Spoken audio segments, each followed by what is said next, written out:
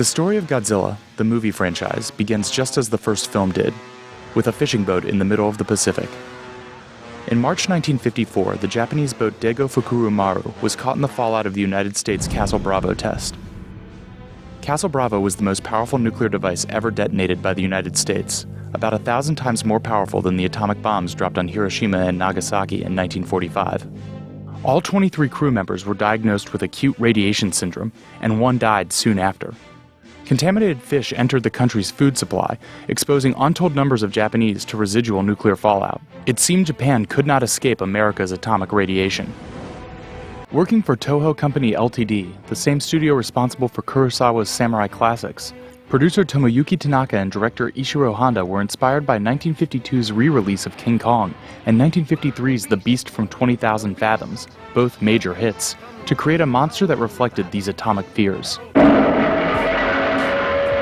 Released in 1954, Gojira is a bleak, brutal film, unflinching in depicting the death caused by Godzilla's destruction of Tokyo, including sequences of children suffering from radiation poisoning in the monster's wake. The movie was hugely influential. Special effects designer Eiichi Tsuburaya pioneered suitmation, the creative combination of actors in suits and scale models that has had endless popular incarnations and is still used today. But the movie that Japanese filmgoers flocked to isn't quite the same movie American audiences saw in 1956, when it was recut to add Raymond Burr as an American reporter, with much of the original's most devastating footage removed.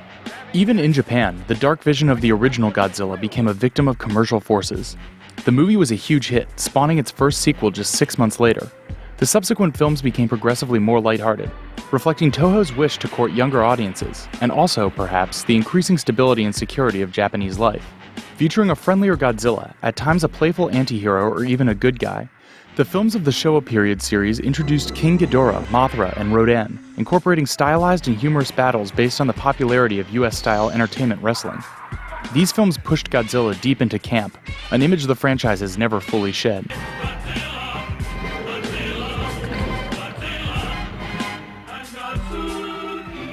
The series was rebooted twice in Japan, with a Heisei series running 7 films from 1984 to 1995, returning the monster to its darker, more destructive roots, and a Millennium Series running 6 films from 1999 to 2004, which dropped allegory for fanservice and showcased some of the most impressive practical effects around in our increasingly CGI landscape. The loathed 1998 American remake of Godzilla deserves mention only for abandoning everything that made Godzilla an enduring hit. The allegorical significance is gone completely. Camp is replaced by insipidness, and the monster is sleek and CGI. This creature is now considered a separate beast, Zilla, in the Godzilla franchise, and it was even vaporized by the original Godzilla in 2004. This month brings the next attempt at an American reboot. If we're to judge by the movie's trailers, Godzilla 2014 seems to be a return to the terror of the original, with scenes of Pacific nuclear testing and some somber insistence that man not overestimate his command of nature. The arrogance of man is thinking nature is in our control, and not the other way around. The imagery evokes the spirit of hubris and ensuing punishment that has stewed within the creature since he first surfaced.